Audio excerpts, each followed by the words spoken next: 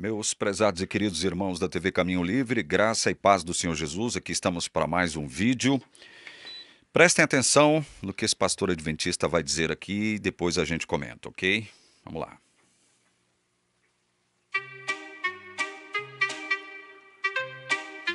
Quando nós somos infiéis nos dízimos e nas ofertas, coisas que poderiam acontecer, não acontecem. E nós nos tornamos responsáveis por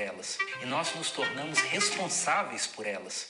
Missionários que poderiam ter sido enviados para os locais distantes dessa terra, não são enviados. Pessoas que conheceriam as verdades da Bíblia deixam de conhecer, porque faltou dinheiro para a campanha evangelística. Portanto, quando eu retenho o dízimo, quando eu retenho as ofertas, eu estou retendo também o avanço do Evangelho. E, por consequência, eu estou atrasando a volta de Jesus. Eu estou retendo também o avanço do Evangelho. E, por consequência, eu estou atrasando a volta de Jesus.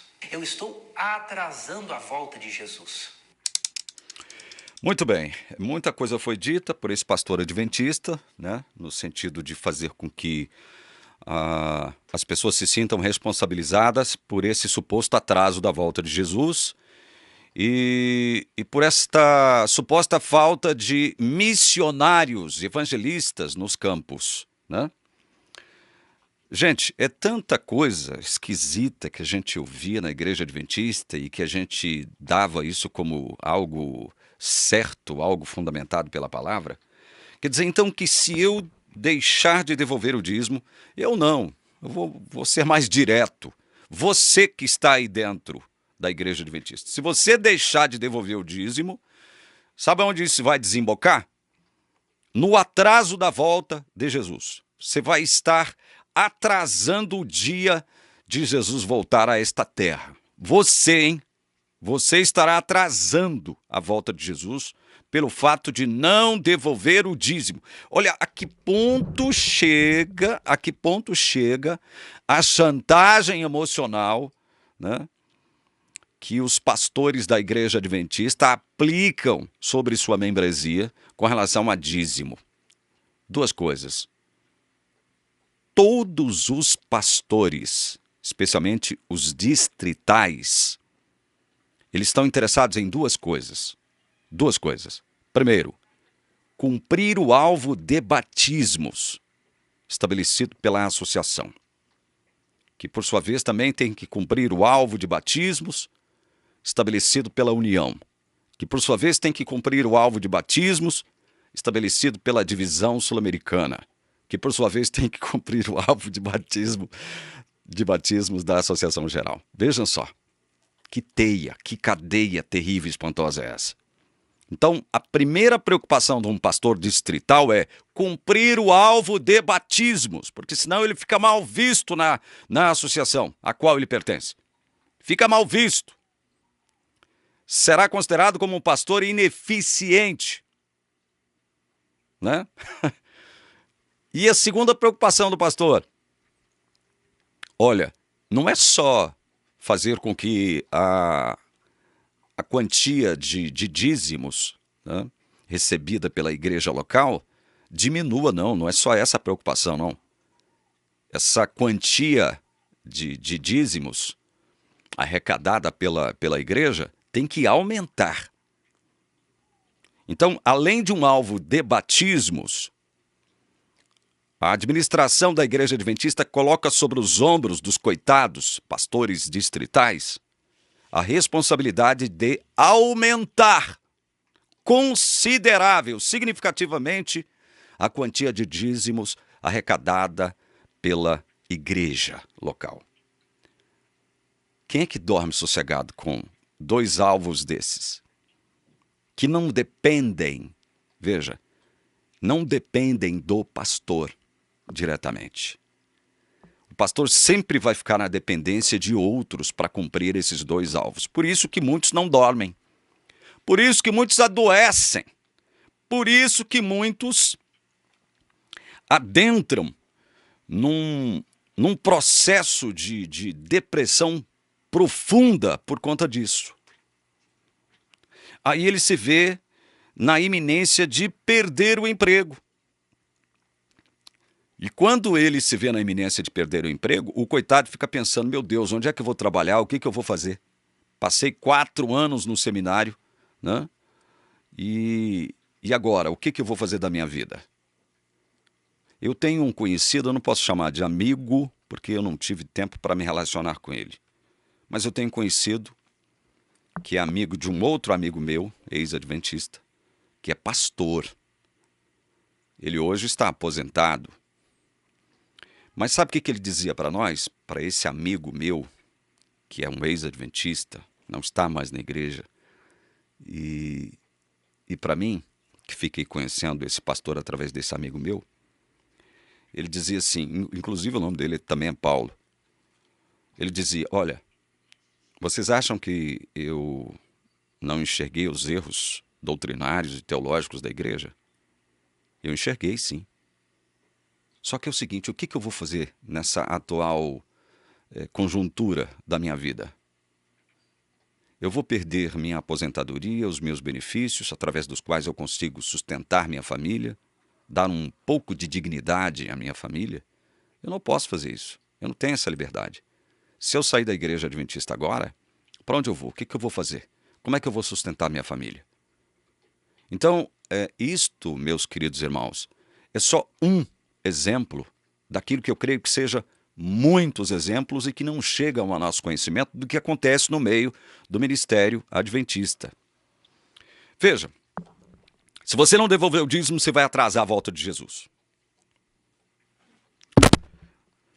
Mateus 24, 36 diz assim, Jesus diz assim, mas a respeito daquele dia e hora,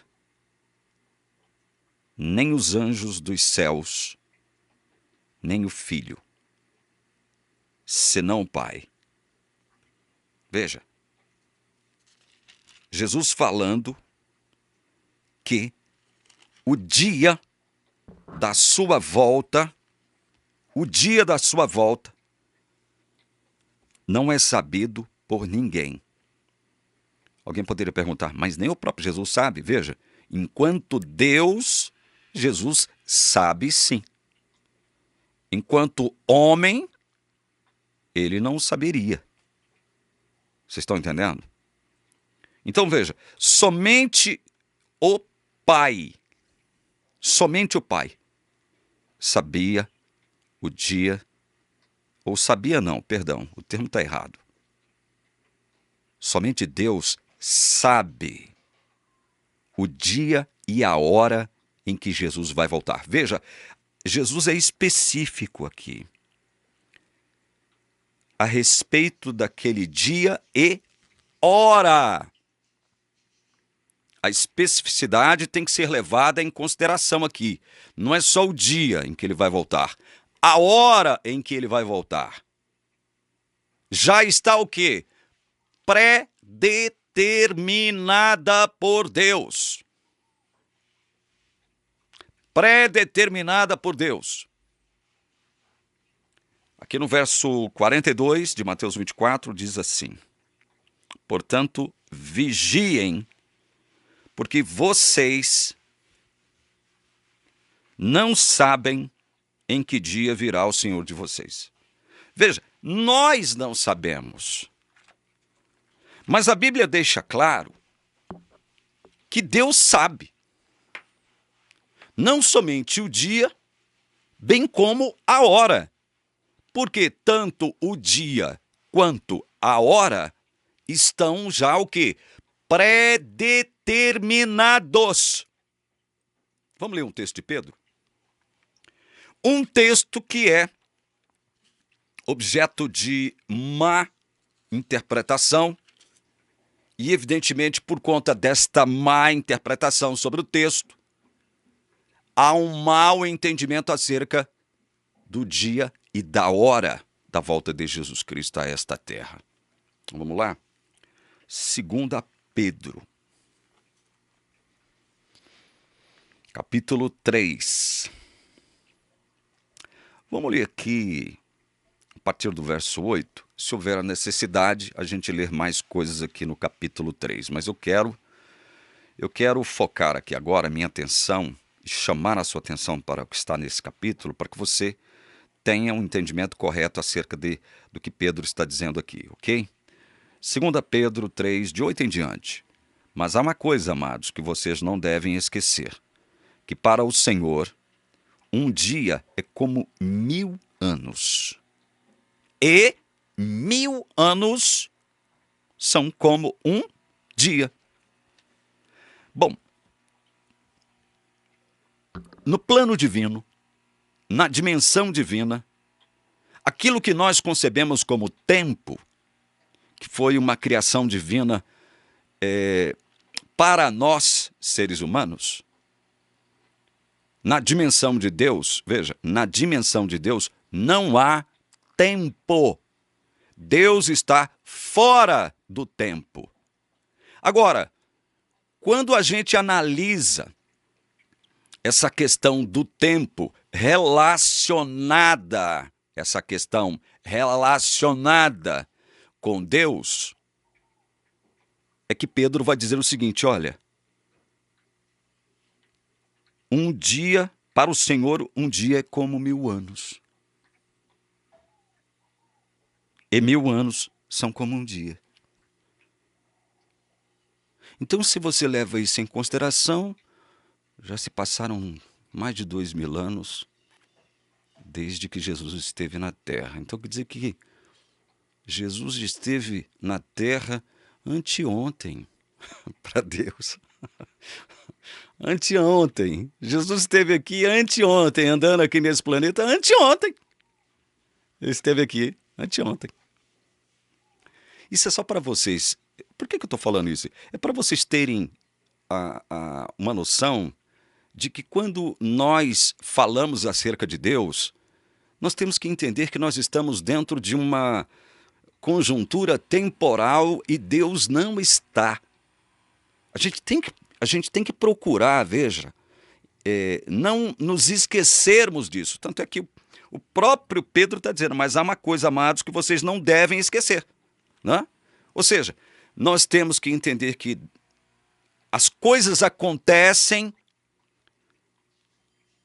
temporalmente, espacialmente, são dois conceitos, né? Terrenos, espaço e tempo, de um modo que não aconteceria no plano divino, na dimensão divina. Aqui as coisas para nós se apresentam de modo diferente, da forma como se apresentam para Deus. Temos que entender isso. Veja, entender não, nós temos que aceitar. Entender é meio complicado. Verso 9. O Senhor não retarda a sua promessa, ainda que alguns a julguem demorada. Pelo contrário, ele é paciente com vocês, não querendo que ninguém pereça, mas que todos cheguem ao arrependimento. Eu já comentei muito sobre esse texto aqui, mas diante dessa fala do pastor aqui, que diz que se você deixar de devolver o dízimo, você irmão adventista, irmã adventista, se você deixar de devolver o dízimo, em suma, isso vai desembocar o quê? No atraso da volta de Jesus. Você estará retardando a volta do Senhor Jesus. Mas, porém, contudo, todavia, no entanto, entretanto, a Bíblia diz que o dia e a hora da volta de Jesus estão pré-determinados. Deus sabe. Você não sabe, eu não sei, nós não sabemos, mas Deus já pré-determinou o dia e a hora da volta de Jesus. E Pedro está dizendo claramente que o Senhor não retarda a sua promessa. Ele não retarda a sua promessa. Ele não fica esperando você tomar uma atitude positiva em relação a ele mesmo, para que só depois ele decrete a volta de Jesus. Não. Pedro está falando isso aqui, primeiro, vamos entender o contexto. Pedro está afirmando isso aqui, porque já na sua época havia escarnecedores que estavam incomodando, atormentando a vida dos crentes, que pregavam, já naquela época, que Jesus vai voltar. Jesus vai voltar. E aí, como o tempo passou, né? O tempo passou, anos se passaram, décadas se passaram, e Jesus não voltou. E aí os escarnecedores se utilizaram do seguinte argumento: Olha, desde que meu avô era vivo, ele já falava que esse Jesus de vocês iria voltar. E até agora nada aconteceu, tudo permanece do mesmo jeito, Jesus não voltou ainda. E aí eu me lembro de uma influencer aqui no YouTube que diz o seguinte: olha, se Deus não me levar para o céu, é Ele que vai perder. E aí os escarnecedores estão presentes no mundo hoje. Cadê a volta de Jesus? Já se passaram 2000 anos desde que Jesus prometeu que iria voltar e até agora nada, não voltou até agora. Então, já na época de Pedro, existiam os escarnecedores que estavam afirmando isso para os crentes. E evidentemente, quando você ouve escarnecedores falando isso para você, se você não tiver bem fundamentado na palavra, sabe, você fica assim, sabe? Aí você começa a pensar de forma negativa mesmo. Isso é coisa do diabo, é coisa de Satanás, para deixar você incerto, para fazer com que você fique, sabe, sem convicção naquilo que crê. Você começa a ficar preocupado, você começa a pensar nisso. Por isso que Pedro, né, ele vai escrever contra esse tipo de coisa aqui. E ele vai deixar bem claro o seguinte: olha, no passado, Deus destruiu aquele sistema de coisas, né, aquela ordem de coisas que havia através do dilúvio, através da água. Agora será diferente. Se Deus já determinou o fim de uma ordem de coisas no passado através da água, agora será através do fogo. E a terra está reservada. Pedro fala isso aqui, ó, no verso 7, ó. Pela mesma palavra, os céus e a terra que agora existem têm sido guardados para o fogo, estando reservados para o dia do juízo e da destruição dos ímpios. Que dia é esse ao qual ele se refere? O dia da volta do Senhor. Veja, a terra e os céus, esse céu atmosférico, estão guardados para o dia do juízo e da destruição dos ímpios. Estão guardados, reservados. Então Pedro deixa isso muito claro. Olha, Deus prometeu, pode esperar que ele vai cumprir, porque para Deus 1000 dias é como um ano é como 1000 dias. Ou são como 1000 dias. Por isso Pedro está dizendo, olha, o Senhor não retarda a sua promessa. Ele está falando isso aqui especialmente para que os crentes fiquem firmes na promessa do Senhor. O Senhor não retarda a sua promessa. Então o que ele está esperando? Por que ele ainda não veio? Ainda que alguns a julguem demorada. Pelo contrário, ele é paciente com vocês, não querendo que ninguém pereça, mas que todos cheguem ao arrependimento. O arminiano pega esse texto, produz um samba do crioulo doido exegético aqui e diz, está vendo como Deus quer que todos se arrependam? Jesus não voltou ainda porque Deus quer que toda a humanidade se arrependa, porque Deus deseja que toda a humanidade seja salva, porque Ele quer que todos se salvem, se esquecendo que Pedro está dirigindo a sua epístola aos eleitos, aos escolhidos. E porque Deus tem um plano para os seus eleitos, para os seus escolhidos, Pedro faz duras advertências para os seus eleitos, seus escolhidos, para que eles não se desanimem por conta desta aparente demora. É aparente demora. Deus tem o dia e a hora, não só o dia, mas a hora também, já pré-determinados da sua vinda.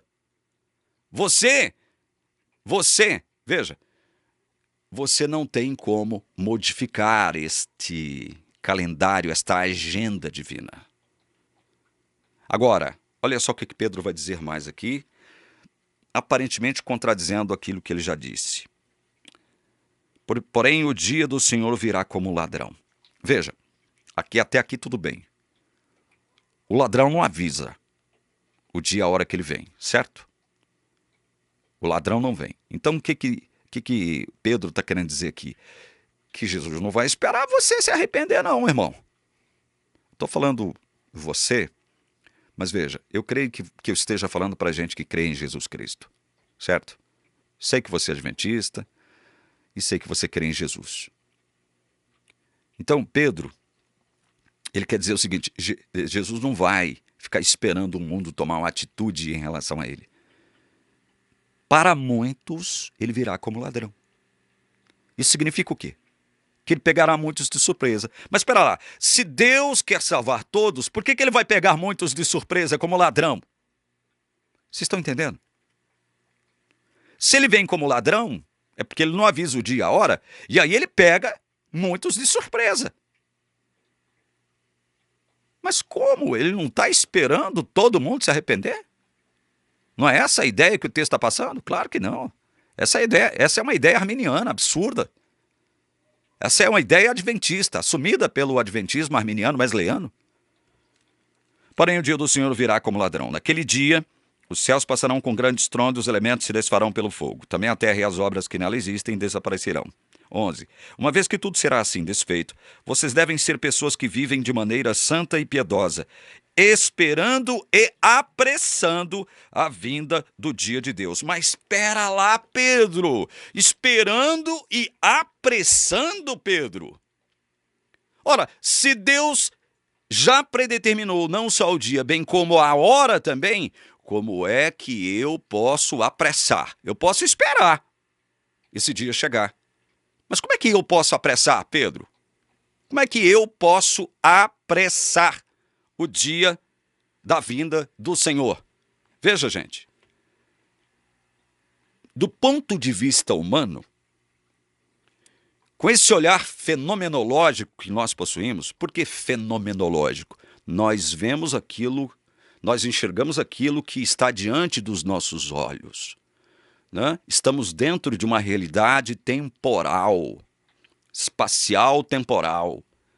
Então, para nós, na nossa dimensão, sob a nossa ótica, é que Pedro está escrevendo isso, exortando, fazendo essa exortação, esperando e apressando a vinda do dia de Deus.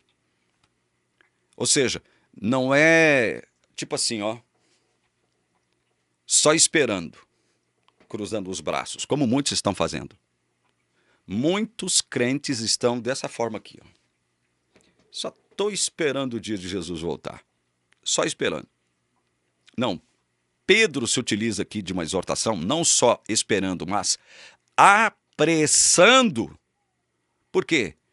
Porque cabe a nós, crentes, continuarmos agindo no sentido de vencer as nossas dificuldades, no sentido de ir superando as pedras, as dificuldades, as falhas, os defeitos e, muito mais, no sentido de evangelizar o nosso mundo. O nosso mundo. É desta forma que eu apresso o dia da vinda de Jesus. Pedro não quer dizer que nós temos o poder, através das nossas ações, de alterar aquele dia e hora que só Deus sabe. O dia já está predeterminado, a hora também.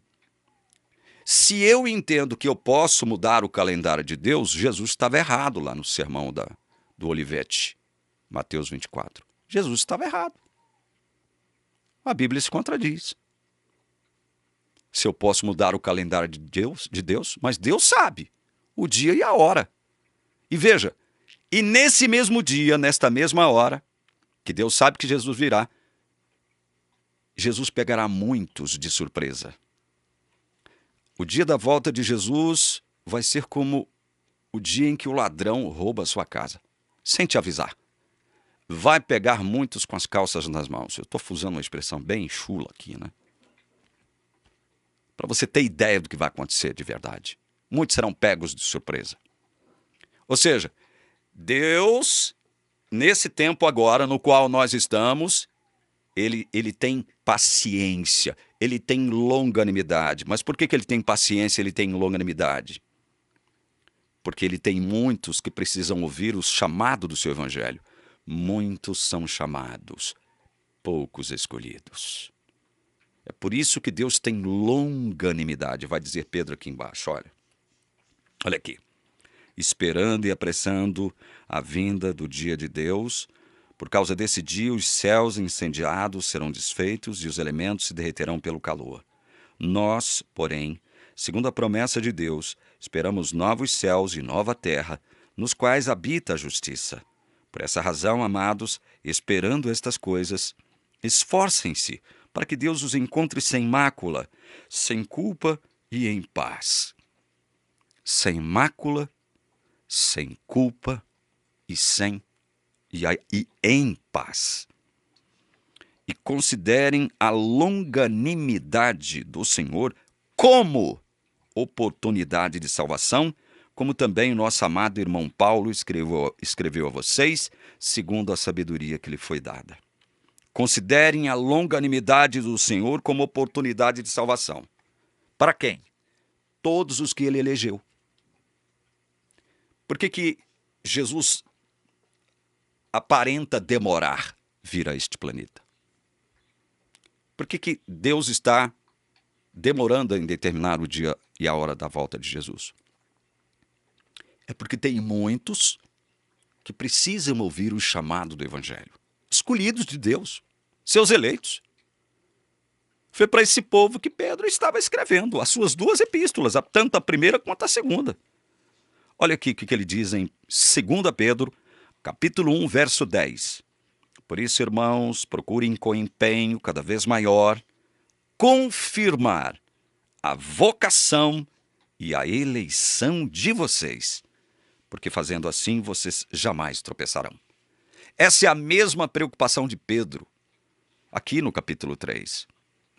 Empenhem-se, esforcem-se, sejam diligentes, continuem ativos na obra de Deus, para que vocês não tropecem.